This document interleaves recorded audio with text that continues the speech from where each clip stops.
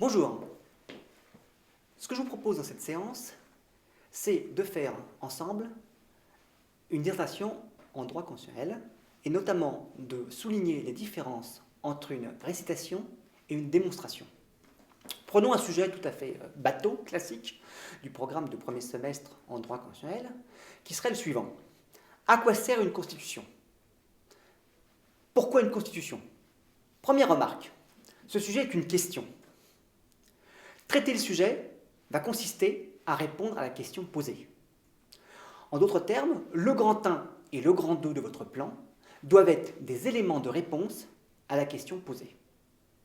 Les connaissances ne seront utilisées que comme des arguments au profit de la réponse à la question posée, au profit de la démonstration.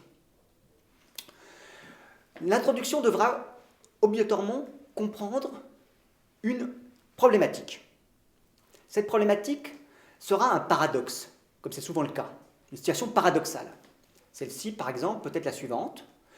On peut partir du constat que les 191 États représentés au sein de l'ONU ont tous une constitution.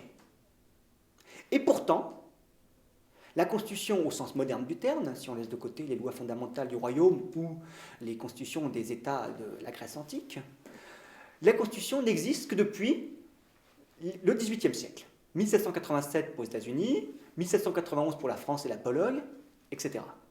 C'est donc dans l'espace de 250 ans maximum que tous les États du monde se sont dotés d'une constitution. Comment peut-on l'expliquer? La plupart des étudiants se contentent de développer dans leur plan, dans leur copie, le fait que la Constitution élabore différents organes en mettant en pratique la séparation des pouvoirs, qu'elles organisent ensuite les pouvoirs les uns envers les autres, l'exécutif, les législatif, les judiciaires, le Parlement, le gouvernement, le président, l'autorité judiciaire et les rapports entre les pouvoirs. C'est une vision restrictive du sujet. Il faut absolument étendre le sujet, le développer de manière plus globale, pour n'oublier aucun élément qui explique qu'un État se dote d'une constitution. Première idée, l'utilité d'une constitution indépendamment de son contenu. C'est partir du principe que parmi les différents éléments qui incitent un État à se doter d'une constitution, il y a l'aspect symbolique de la constitution et l'aspect philosophique. L'aspect symbolique, c'est le fait pour un État, après son indépendance, de montrer que c'est un État à part entière, qu'il veut s'inscrire en tant que tel dans le concert des nations. Ou bien, autre élément, autre idée, autre argument, qui peuvent inciter un État à se doter d'une constitution, c'est le fait qu'après un changement de régime, il veut tourner la page par rapport au régime précédent, en montrant, par l'élaboration d'une nouvelle constitution, cette étape franchie. La portée philosophique, elle, va montrer les valeurs, va mettre en évidence les valeurs sur lesquelles ce nouvel État ou ce nouveau régime entend fonder les valeurs qu'il veut respecter.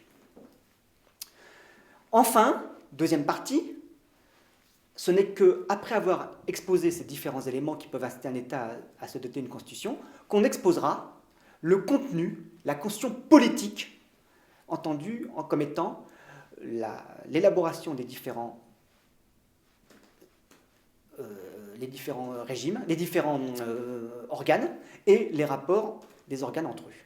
C'est là, et uniquement à cet instant, qu'on abordera les différentes possibilités pour le constituant d'élaborer un parlement bicaméral ou monocaméral, un exécutif bicéphale ou monocéphale, une autorité judiciaire indépendante, ou bien même deux organes judiciaires, comme par exemple en France avec le judiciaire et l'organe administratif. La conclusion ne devra pas être un résumé du devoir. Elle devra ouvrir le devoir vers d'autres horizons. Notamment, on constatera en conclusion que le sujet, le devoir n'a été traité que de manière théorique et que la pratique peut tout à fait dénaturer les éléments mis en place par le constituant. Exemple, la crise du 16 mai 1977 en France et la Constitution Grévy qui en a résulté et qui a dénaturé à tout jamais la Troisième République. Je vous remercie.